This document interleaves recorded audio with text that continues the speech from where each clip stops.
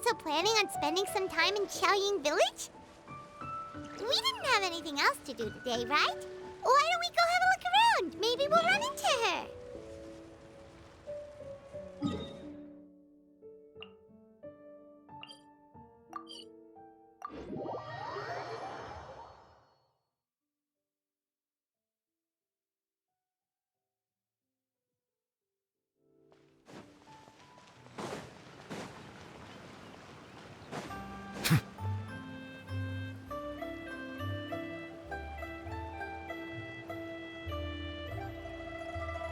The mountain air is so refreshing. It makes Paimon feel like she could float around all day and never get tired. Cream! Gummies! Fuel fruit! Huh? Did you hear that? Sunshine! Blue skies! Good vibes! Right? So Paimon wasn't just hearing things. That voice sounds really familiar. Well, we've got the time. Why don't we go check it out?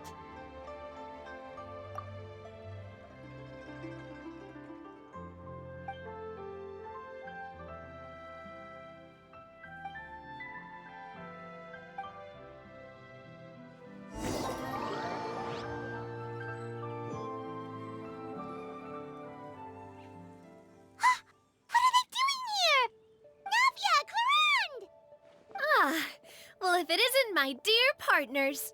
See, I told you that something good was going to happen during our travels today. I have to say, sometimes the Steambird's astrology column is spot on. It's just your lucky day. Are you guys also here to catch the festivities? Oh, and that reminds me.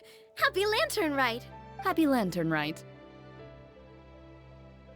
Happy Lantern Rite to you too! Wait, if you're here for Lantern Rite, then what are you doing on top of this deserted mountain? And that voice we heard, that was you, right, Navia? Oh, impressive. You could tell it was me from that far away. You've got good ears. That or your voice is just really loud. Well, of course it is. After all, I'm a boss. Indeed. I suppose it's an asset. Sure is! Having a loud voice is a handy tool when it comes to communication. Wait. That wasn't even Paimon's point. Paimon just wants to know why you two were shouting from the top of this deserted mountain. There was something about almonds, maybe? And buell fruit? Ooh, is it some sort of secret code? No, it's not a code. The words are meaningless. Perhaps, but the act of shouting was very meaningful indeed. That's just what mountain climbers do, right? After all the hard work it takes to make it to the top, as you stand on the summit looking out at the vast scenery, it's not easy to resist the urge to release those emotions. Exactly. You get me, partner. I was afraid that it would cause a disturbance, so I asked the locals around here, and they said it was fine. Apparently most hikers like to shout when they get to the top, so the locals are used to it by now. So, you see, it's not just me. I guess everyone shouts from the top of a mountain at some point in their life. Speak for yourself. When you're stressed, don't you ever just get the urge to do something for no reason? Not really. If I ever get stressed, I just go hunting. Oh, that's a pretty good way to relieve stress. What I choose to hunt depends on my mood. Huh? Anyway, why don't you two give it a try? Shout anything you want. It's a real stress reliever. As long as Paimon has clothes on her back and food in her belly, Paimon doesn't think there's any stress that needs relieving. Oh, I bet you guys are just too embarrassed to let loose. No need to be shy. Even Farina was shouting from the top of this mountain earlier. Huh? Did Paimon hear that right? Farina's also here? In Xianyun village? Believe in your ears. It is indeed as you heard. Actually, the reason we climbed this mountain in the first place was also because we heard the sound of shouting. Yes, we could just about make out someone yelling things like, "Help me!" and "What should I do?" So we hurried up here to check it out. And what do you know? Miss Farina was standing right there, all red in the face. She practically sprinted back down the mountain the minute she saw us. Ah, that reminds me. I believe what she actually said was, "So help me, I will figure out what I should do about this script." So, you could actually hear what she was saying? Why didn't you say so earlier? I thought someone was really in trouble. I figured we would come check out the situation either way. Why not let her keep some privacy? Oh, seems like you caught Farina in the middle of some stress relief as well. She probably would have never thought. No, she definitely would have never thought she would run into anyone she knew all the way out here. I think so. We ran into Nervalet on the way here as well, but he was already on his way back, so they probably weren't together. What? Nervalet was here too? What was he doing here? It couldn't have been for vacation. I think it just might have been, actually. But apparently he only stayed for half a day before heading back. He's a very busy man. Neuvillette is not the type to take much time off. Taking even a half day for himself is already a huge step in the right direction. Didn't Charlotte publish an article on the Liyue tea industry recently? Maybe he was inspired to come buy some tea after reading that article. You know, just like you were. My situation is completely different. I'm here because I was asked to accompany you. The tea purchase is simply an added bonus of this location. You Fontanians and your tea drinking. Oh, it's not for me. I lost a bet with Ridesley, and now I have to buy him something. It was just a spur-of-the-moment sort of bet. Ridesley gets really invested in that sort of thing, but he couldn't care less about what he wins in the end. You could give him mint plants that you plucked from the side of the road, and he wouldn't even mind. If only he was that easygoing when it came to talking business. In any case, I'm pretty sure the tea you bought is this region's specialty. What is it called again? Nervalet even mentioned it earlier. Yes, that's the one. You didn't really buy 10 boxes, did you? Please, do I look like someone who would fall for that sort of marketing trap? That reminds me. You guys said you only came up here because you heard my voice, right? I hope it didn't put you out. You must have had other plans for the day. Oh, that's right. Who tell? A few days ago, we heard that a friend was going to be in Xianyun village, so we decided to come and see if we could run into her. Oh dear, we've been chatting for quite some time. I'm sorry for keeping you. That's good. We should probably head out and look for Hu Tao. No need to stay on our account. We just got up here, so we're gonna stay around for a little longer. Go and meet your friend. We can meet up in Xianyun village later. Sounds good. We're gonna head down the mountain then. See you later!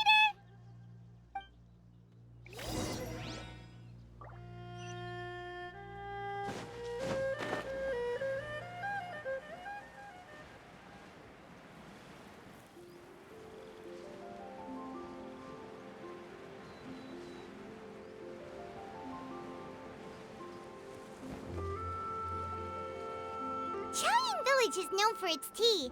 But you know what else they have with tea? That's right, dim sum! Didn't Gaming say something about dim sum being eaten in the morning? Oh, Paimon wonders if we can still get some at this time of day. Oh, well that's fine too. Paimon doesn't care what kind of tea it is as long as it comes with some tasty snacks. Now let's see what kind of yummy things we can find around here. Paimon's not seeing things, is she? Is that Farina standing between Zhongli and Hu Tao? Wonder what they're talking about.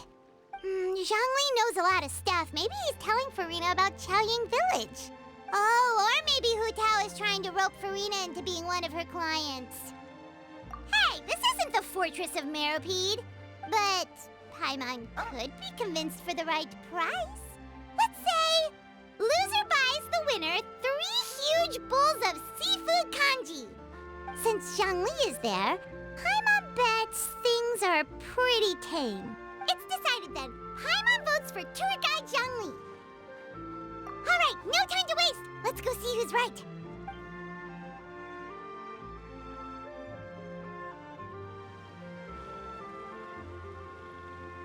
Good afternoon, Hu Tao, Zhongli, and Farina!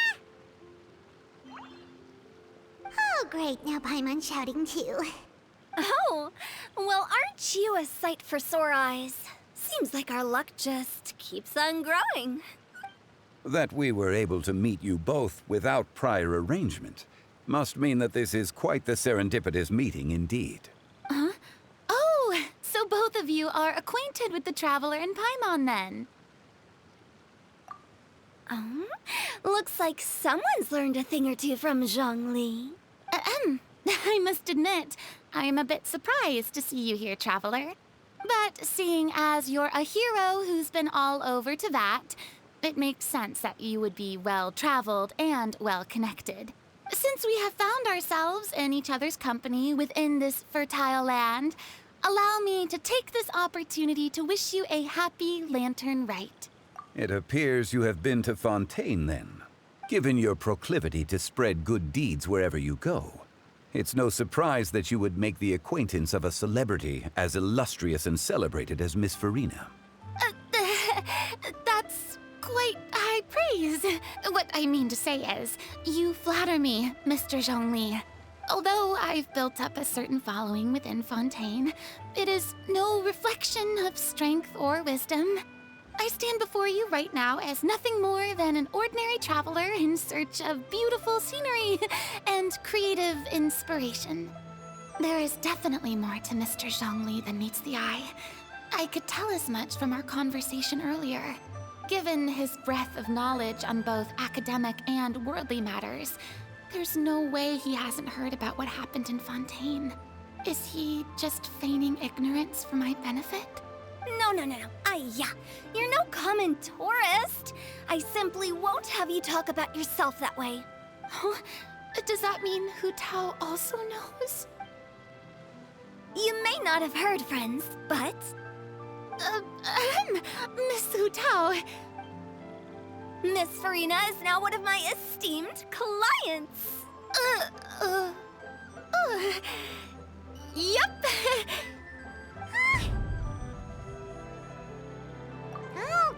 Okay, you win. Guess Paimon will have to break into the hidden stash at the bottom of her shoe. Huh? What's this about winning something? Don't tell me. You two were placing bets on us. Nuh-uh! We just saw you guys standing on the side of the road and couldn't help but take guesses as to what you were talking about. Oh, I see. That means you, my friend, must have guessed that I was trying to promote my business to Miss Farina. That I do, my friend. What was Paimon's guess then? Paimon thought Zhongli was showing the newbie around. By newbie, you mean me, right? If that's the case, then Paimon's guess was also correct. Oh, that's right. Mr. Zhongli was telling me about some great sightseeing spots in the area. Ha! You see? Paimon was right too! Since both of our guesses were right, there can't be a winner or a loser. Hey, don't be upset, Traveler. How about this? You buy Paimon a bowl, and Paimon will also buy you a bowl. As for the third bowl...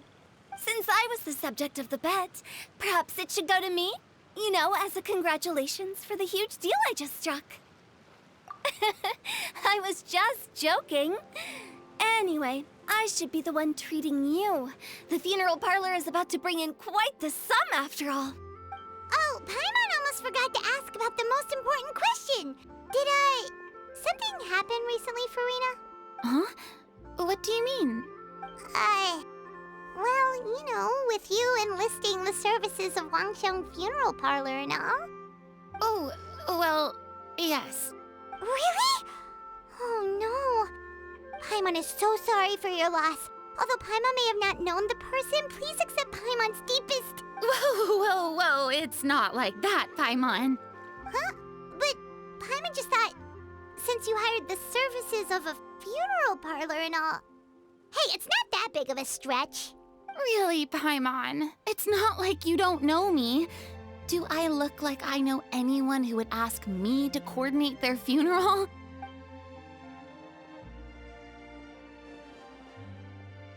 Miss Hu Tao is simply helping prepare some props for my film.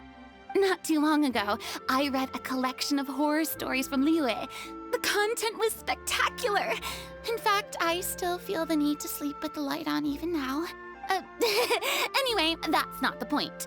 Now that Fontaine's biggest star has returned to the stage, I figured it's about time the industry enjoyed a breath of fresh air.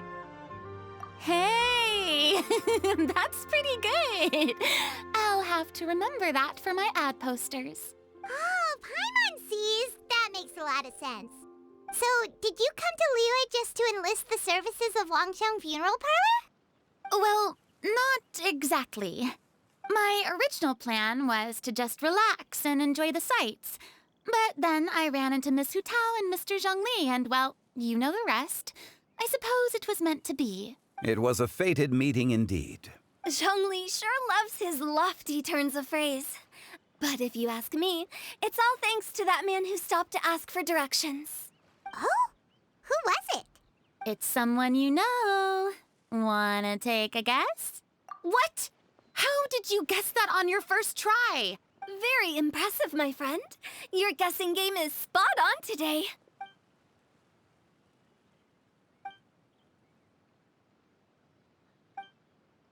Huh. Paimon never thought Neuvillette would be the type to get lost. I'm sure he didn't get lost. Even I was able to find my way to this place without any trouble.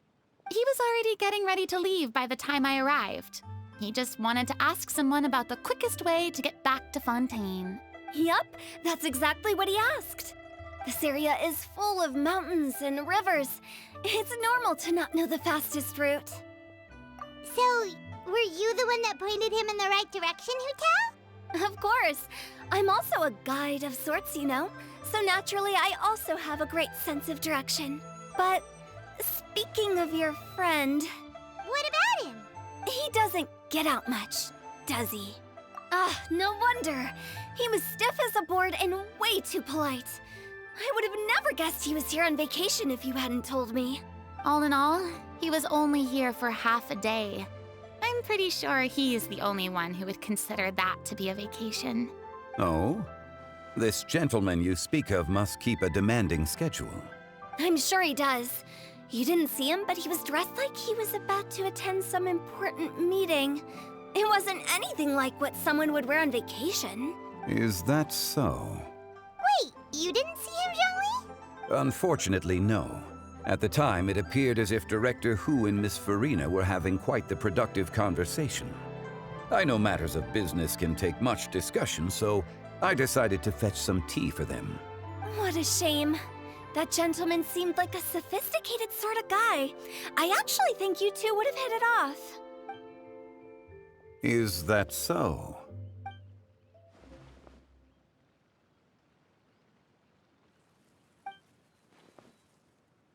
Hmm?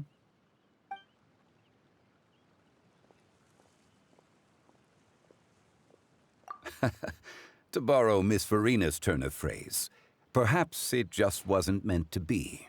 Well, with the traveler around, I'm sure you'll have a chance to get to know each other at some point. That's right. She's got more friends than she knows what to do with. Well, that's certainly true. Oh, that reminds me.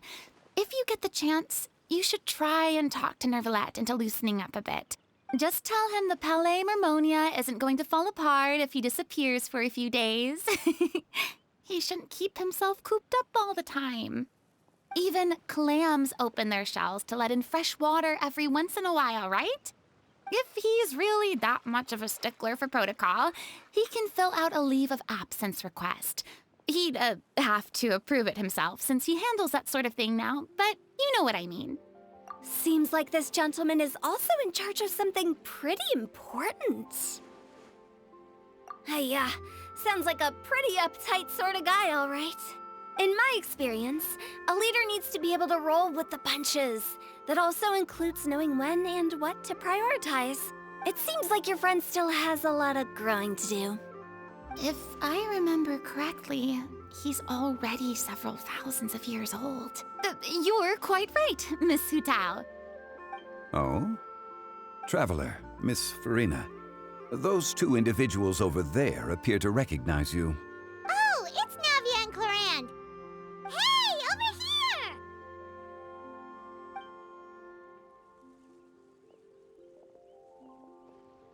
We saw you all chatting over here, and we're wondering if we could join in.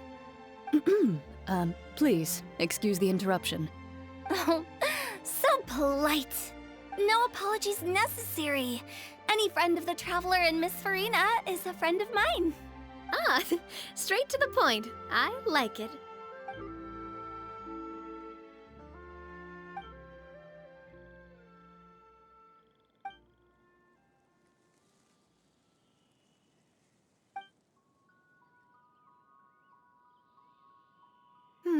It's getting late. If we want to catch a boat back before dark, we should probably get going. Indeed. Then, Miss Farina, Oh, yes? when are you planning to head back? Do you need us to escort you? Oh, I don't think that will be necessary. I mean, you're not my subordinate anymore. You don't need to look after me. I didn't mean it that way. It's normal for friends to travel home together if they run into each other on the road. There are a lot of mountainous roads in this area. I imagine they'll be even harder to navigate after dark. Exactly. Just like in those ghost stories. 8 paths converge in a wood. Beside them an old house is stood. If you dare to go inside, not a soul will greet your eye. But if you take a closer look, there may be something you mistook. A candle flickers to and fro, yet there is no wind to make it so. What is its secret? What could it mean? In this wood, where mystery screams.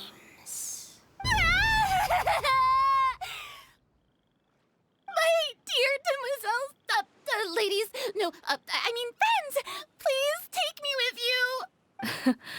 Of course. Gotta say, Farina, you are really quite the character. By the way, did I hear you mention that Clorand used to work under you? Then you must have also been a leader at some point. Well, that's, all in the past now. Besides, being a leader is hard. It wasn't the right job for me. I prefer how things are now. I can come and go as I please, and get to enjoy the sweet taste of freedom. I see. Well, you've certainly picked an apt place to relax. Xianyun Village is an exemplary choice. Only the best. And I've learned a lot, too. Thank you so much, Miss Hutao and Mr. Zhongli. It's fine. You've thanked us more than enough already. The next time you're in this neck of the woods, I'll treat you to some dim sum in the city. Dim sum. Is that some kind of Liyue term for snacks or desserts? They are a part of it. It's basically a table full of as much tea, sweets, and good company as you can manage. Oh, so it's basically a tea party. Sounds great. Make sure to order the winter melon cake and the lotus flower crisp. They're so sweet and delicious. Paimon knows you'll love them. Ooh, okay. I'll be looking forward to it then. Wait, but didn't you guys say you were here on vacation? How come you're all going home empty-handed? Of course I am. I bought tons of fun things to bring home with me. A kite, a parasol, a little tin frog that jumps. Oh, and a stuffed toy of a mythical beast. Clorand is the one who didn't buy anything for herself. So all you're bringing back with you is that tea? And some tea-flavored hard candies. They're for Xianyun. Clorand isn't much of a shopaholic. Well, one of us has to practice restraint. Hey, I'm hardly reckless with my Mora. I'll have you know, all the purchases I made today were well within my budget. Me? Oh, well, I bought some tea, of course. I just had to try all the varieties recommended in the Steambird. Other than that, just some bits and bobs, you know. A little bit of this, little bit of that. They should all be things I can use, I think. Now Paimon's even more confused. If you bought that much stuff, where did it all go? Into one of Linny's magic packets? Oh, actually, Monsieur Neuvillette took them with him. Oh, so that's what happened. Wait, what? Why did he take them? He's not hoarding treasure, is he? That's quite the imagination you've got there, Paimon. Monsieur Neuvillette just saw the amount of bags we had and offered to take them back for us. I felt a bit bad at first, but, I really did have a lot of stuff. He even offered to deliver my gifts to the Fortress of Meripede for me once he's done with the day's work. Neuvillette is a man of his word. If he says he can do something, then he means it. See, even Clorand was happy to take him up on his offer. If even his trusty subordinate agreed, then who was I to refuse? Wow, he seems like a real gentleman. Maybe he's not as uptight as I thought. If only the funeral parlor had an employee as thoughtful, proactive, and responsible as him. Right, Zhongli? Indeed. Clorand said Neuvillette offered to deliver her gifts to Risley. So if we go to the entrance of the Fortress of Meripede, maybe we'll run into Neuvillette. But we don't know exactly when he'll show up.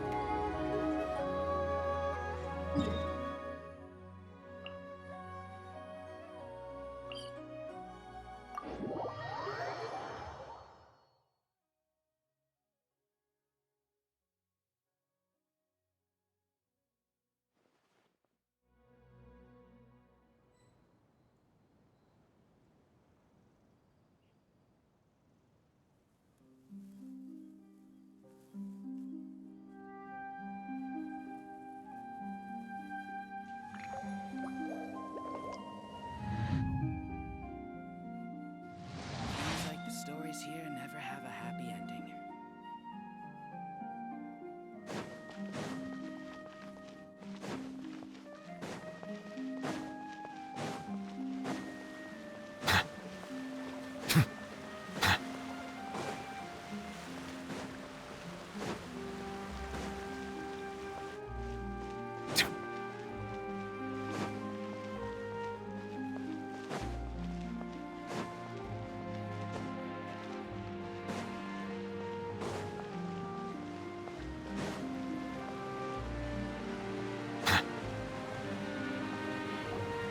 Look! It's Neuvillette! We lucked out!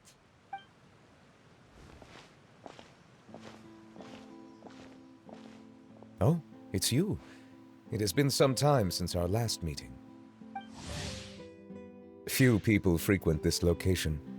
Since I was able to conclude my work early for the day, I thought I might take a walk and avail myself of this area's peace and quiet. You call this early? Do you always work this late, Neuvillette? Strictly speaking, that depends on the agenda for the day. I am hardly bereft of time, however, so working late is of little consequence to me. Really? If you have so much time on your hands, then why did you only go to Xianyun village for half a day? First, I should clarify that I was referring to my lifespan, rather than the time at my disposal on any given day. Second, I was unaware you possessed knowledge of my trip to Xiaoying village. I see. Thank you for informing me. Yes, they have been safely delivered. I have to hand it to Clorand. Just a simple gift delivery, and she has the great and mighty Udex at her beck and call. I was just passing through. It was merely an act of convenience. All right. Then I hereby confirm receipt of the goods on behalf of the staff of the Fortress of Meripede. A verbal receipt of confirmation? Is such a formality really necessary for a small matter such as this? Guess not. This quantity of tea, though, seems a little excessive for a gift, don't you think? Before you know it, they'll start accusing me of taking bribes. Ah, about that. Much of that is my own excess, I'm afraid. Oh? Why? What happened? It was buy 10 boxes, get half off. Ah, that explains it then. Well, go ahead and leave them to me. I'll get through this stash as fast as I can. You have my thanks. Oh, there's something else I'd like to give to you. This is a stone slate, engraved with a symbolic design. While that is an apt description, it is in actuality a legal codex. A legal codex, huh? Before the advent of modern writing utensils, information was recorded on stone slabs such as this. The law was no different. Okay. Since ancient times, the scales of justice have symbolized the fairness and impartiality of judiciousness. As a tribute to that sentiment, this slate was designed after a traditional legal codex and engraved with a symbol instead of text. During my travels recently, I chanced upon a roadside stall offering tourists the opportunity to try their hand at the ceramic arts, so I decided to have a go. We joked with Clarence some time ago about gifting you a legal codex. So, here you go. Ah, so that's what this is about. I did not expect you to remember it as well. In any case, I hope this can be considered as a reasonable attempt to join in on the banter. It is a very good attempt. I suppose I shouldn't be surprised. Even your sense of humor centers around the law. That's an impressive level of commitment. A gift of this significance deserves to be put on display, and I know just the place. Front and center in the fortress's showroom. Surely there's no need for such a grand gesture. Just kidding. I don't have anything like a showroom. But we do have a storage room. We can put it next to all the mechanical parts Xianyun has collected. That sounds good to me. So that's what you were doing in Xianyun Village. Indeed. Of course, while I was there, I also took the opportunity to taste the local spring water. The aftertaste is much purer than what I have delivered to me in Fontaine. It stands to reason that the long-distance transport has a tendency to imbue the water with extraneous emotion. If you want to experience the true flavor, you simply have to go to the source. Perhaps I should organize some time off to do the same elsewhere. Then we are of the same mind. It appears my desire is justified. If you say so, like, you don't have to justify a vacation, right? You can just take one. After all, you're hardly bereft of time. You can do whatever you want. You're quite right. I suppose I suffer not from a lack of opportunity, but rather a lack of inspiration. However, after reading a few articles about Liyue's holiday traditions, the idea popped into my head and made itself quite at home. Seeing as I was free of responsibilities for the morning, I decided to depart at once. Refreshing. My spontaneous outing seemed to inspire quite a few other spontaneous decisions as well. Take, for example, my foray into ceramics. At first, soil from the ground is granular and unforgiving, but add the right amount of water, and it becomes soft, moldable, and able to take shape. In the past, I never thought about how quotidian vessels were crafted, but now I have participated in their very making. This is also something I made today.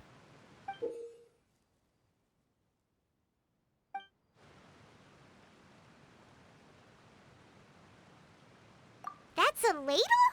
Paimon thought it was supposed to be some long-necked sea creature. That was indeed one of my inspirations. Really? You like it? To tell you the truth, given your unexpected arrival, I find myself quite unequipped to give you the welcome you deserve. Around such an important holiday such as this, human custom would dictate that gifts should be in order. But I'm afraid this is all I can offer. If you'll have it, that is. That is precisely why it would do me such a great honor if you accepted. You are most welcome. Happy Lantern Rite.